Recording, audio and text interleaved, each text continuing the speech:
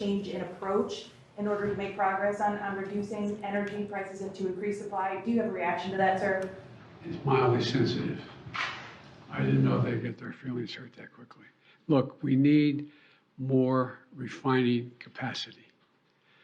This idea that they don't have oil to drill and to bring up is simply not true. This piece of the Republicans talking about Biden shut down fields, wrong. 9,000 of them, okay? So then we ought to be able to work something out whereby they're able to increase refining capacity and still not give up on transitioning to renewable energy. They're both within realm of possibility. Mr. President, if you were to decide to go for a federal gas tax holiday,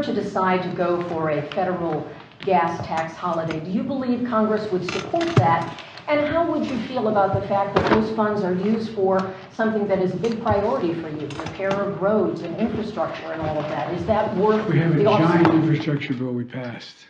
Giant.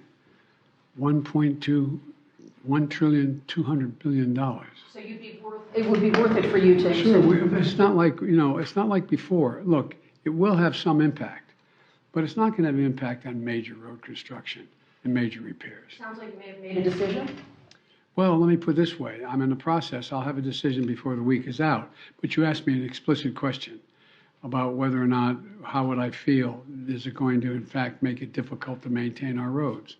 The answer is we have plenty of capacity to do that. And do you think Mr. President, are you going to talk to President Xi before you make any decision on the China tariffs? Do you want to have an engagement with him before you do anything on that? I plan on having a conversation with President Xi. We haven't set a time yet. Mr. President. Larry Summers recently, and he just said that in order to defeat inflation, you would have to accept higher unemployment. What would be your answer to that? Well, there's other economists who don't think that's the case, and we're in the process of working through all of this. Have you received a briefing on the guns legislation that senators say that they've gotten to a legislative text point? A very brief briefing before I walked in the room to make sure I say, let them announce it, and then I'll speak to it. Are you satisfied?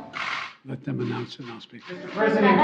President, are you confident you have, I know you're looking for more money from Congress for this vaccine campaign and for COVID funding going into the fall. How much of the supply of vaccines for these small children is there, and how many of the nation's kids will you be able to get vaccinated before you need more money from Congress?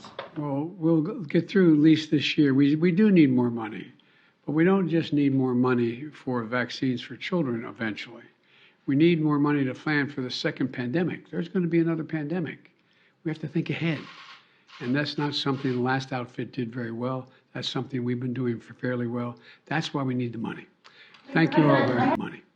Thank you all very much. Ahead of your trip, sir, Prime Minister Boris Johnson said recently there's Ukraine fatigue. There's some leaders who are calling for negotiations with Putin. Are you afraid that there's a fracture within this alliance that you've said has been united so far? No, I'm not afraid. But what I do think is that at some point, this is going to be a bit of a waiting game.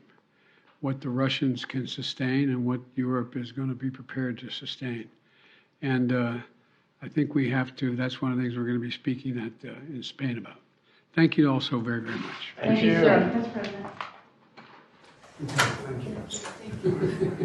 Thank you.